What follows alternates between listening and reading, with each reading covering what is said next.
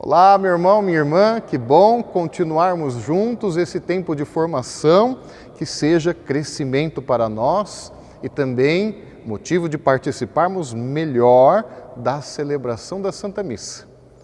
Estamos dentro da liturgia eucarística e então meditamos de agora para frente a partir do Pai Nosso. Nós sabemos, esta é a oração que o Senhor nos ensinou.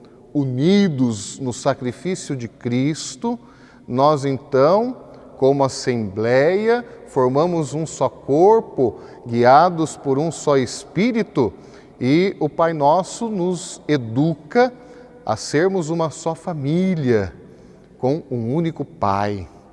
Esta oração do Pai Nosso, ela contém 7 pedidos e expressa a vocação integral do ser humano nos seus 3 níveis de relacionamento: com Deus, com a natureza criada e com o próximo.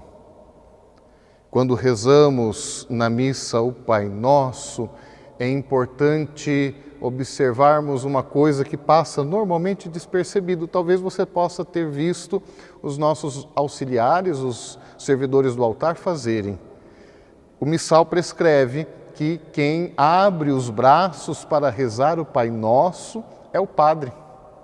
A assembleia, nesta hora, na missa, reza ou de mãos postas ou com a mão próxima ao coração, reza junto com o padre, mas quem abre os braços é o padre. Uma curiosidade. Também digo a você, se você automaticamente abrir os seus braços para rezar junto com o presidente, não tem problema. Reze com fé, reze meditando aquilo que está contido nesta oração. E o rezamos na missa e não concluímos com o amém. É importante saber isso, diferente de quando nós rezamos fora da missa. Pois o padre continua a oração do Pai Nosso. É chamado de embolismo, ou seja, o desdobramento do último pensamento. Nós terminamos o Pai Nosso dizendo: livrai-nos do mal. Então, o Padre continua: livrai-nos de todos os males, ó Pai. E nós bem sabemos, o maior mal é o pecado. E assim o Padre reza, e ao final do embolismo você responde: vosso é o reino, o poder e a glória para sempre. Ainda não terminamos, continua a oração com o rito da paz. Por isso, terminado o Pai Nosso, o embolismo, o Padre então implora a Deus a unidade para toda a Igreja e para toda a família humana. Esse rito, ele contém 2 partes: a oração para a paz e pedindo a unidade, e depois a saudação. Lembra você, em tempos normais, diferente do que estamos vivendo hoje neste tempo de pandemia, o cumprimento não é necessário sair pela igreja toda, dando a mão para todo mundo, basta simbolicamente cumprimentar quem está ao seu lado, no seu próprio lugar, sem sair, e assim, simbolicamente, saudamos toda a Assembleia reunida. Essa saudação não pode nunca nos distrair, tirar a nossa atenção, porque afinal de contas, o Cristo está sobre o altar, já está ali a hóstia consagrada, o vinho consagrado sobre o altar. Esse ato do abraço da paz simboliza a nossa reconciliação, a Páscoa vivida entre nós, o desejo de vivê-la e a comunhão com os irmãos e irmãs. Somente se vivermos isso, a reconciliação, a paz e a comunhão, é que vamos então entender de verdade a Eucaristia. Seguido ao rito da paz, nós temos a fração do pão. Lembra, nas nossas primeiras formações, eu dizia este também é um dos nomes dados à missa, fração do pão, utilizado nas primeiras comunidades. Lembra o que Jesus fez na última ceia. Deu graças, partiu o pão e deu a seus discípulos.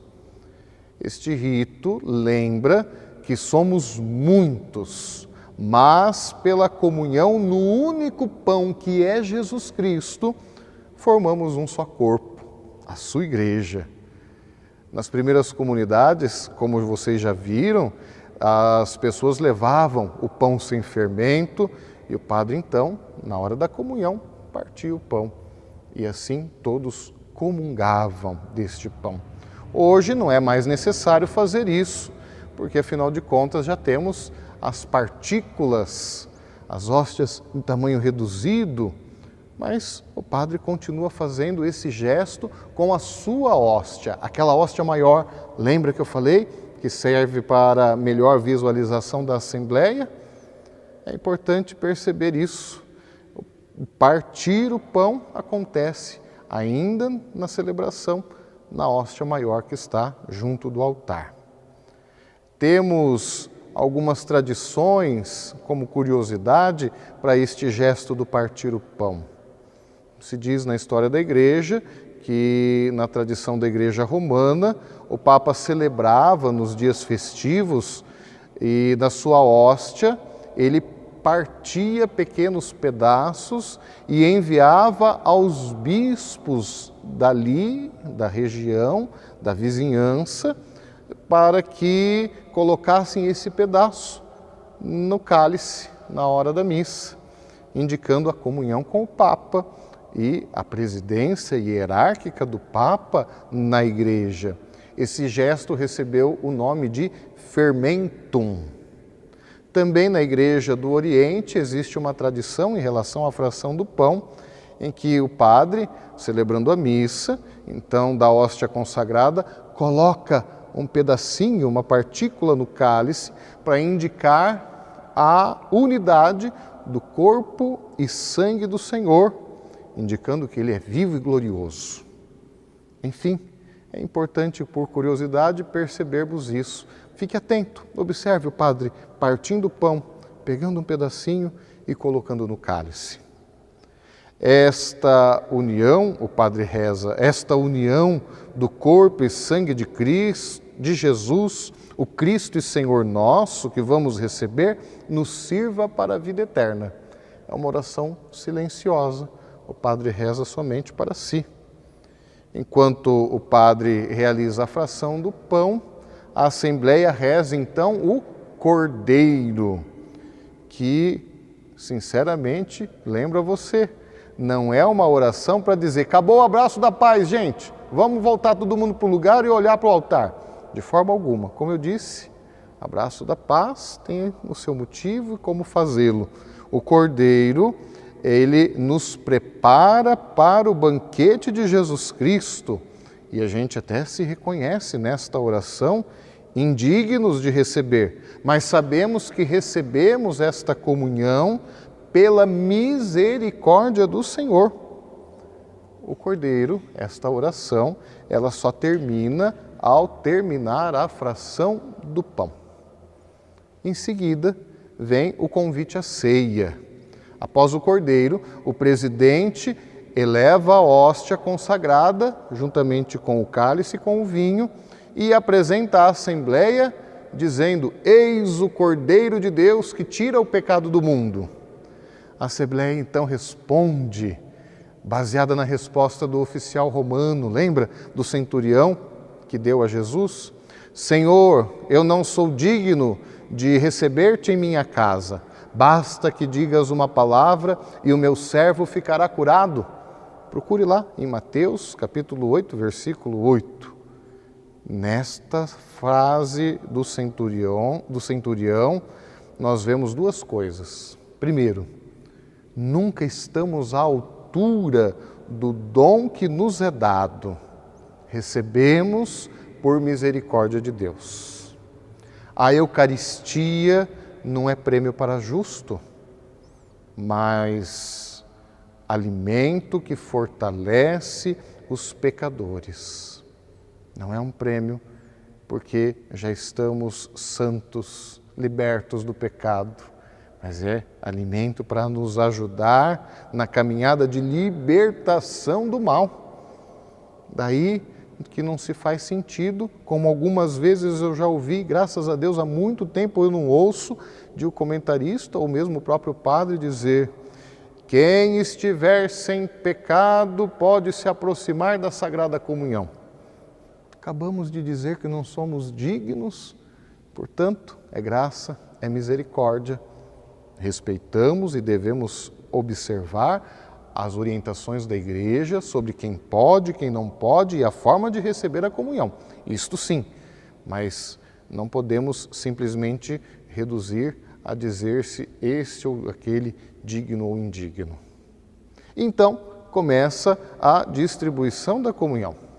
O padre, auxiliado pelos ministros extraordinários da comunhão eucarística, então distribui para toda a Assembleia a Sagrada Comunhão.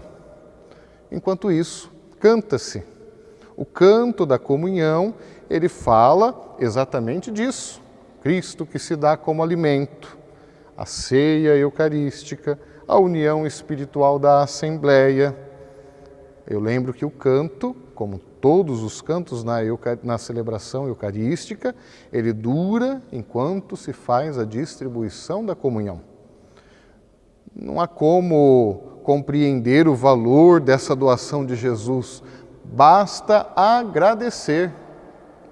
Que assim façamos nesse nosso momento da comunhão. Por isso eu lembro a você, para comungar é importante estar sem pecado grave e no jejum de 1 hora antes da comunhão, ou seja, sem alimento e sem ter consumido bebida alcoólica. Aqui é importante o padre lembrar os modos de receber a comunhão. Podemos recebê-la na mão, podemos recebê-la na boca, podemos recebê-la em pé, e aí tem as duas opções, na mão ou na boca, e podemos recebê-la ajoelhados, aí sempre na boca. O padre, o ministro, vai apresentar a você o corpo de Cristo, e você deve dizer com voz firme: amém. Creio, é isso mesmo, está aqui Jesus diante de mim. Responda firme, meu irmão, minha irmã, o seu amém nessa hora. Após, então, a comunhão, recebida a comunhão, nós podemos retornar ao nosso lugar, fazer a nossa oração de ação de graças, entregar a Jesus, que está presente no nosso coração, os nossos pedidos, os nossos louvores. Fica, então, a critério do padre com a equipe de liturgia, se tiver a possibilidade de algum canto de ação de graças. Deixamos os cantos de adoração para os momentos de adoração fora da celebração eucarística ou no momento de adoração ao término da liturgia da Santa Missa. Então, por fim, chegamos à última oração presidencial, é chamada de oração depois da comunhão. Nesse oremos, o padre então encerra a oração eucarística, a liturgia eucarística. Nele o presidente da celebração renova a aliança da Assembleia com Jesus Cristo, celebrada em toda missa, e pede a Deus a graça de ser coerente, de colocarmos em prática em nossa vida aquilo que celebramos. E assim concluímos hoje a nossa reflexão sobre a segunda mesa da Santa Missa, a liturgia eucarística em torno do altar. Já vamos chegando para o final e amanhã terminaremos as nossas reflexões sobre a Santa Missa. Até mais!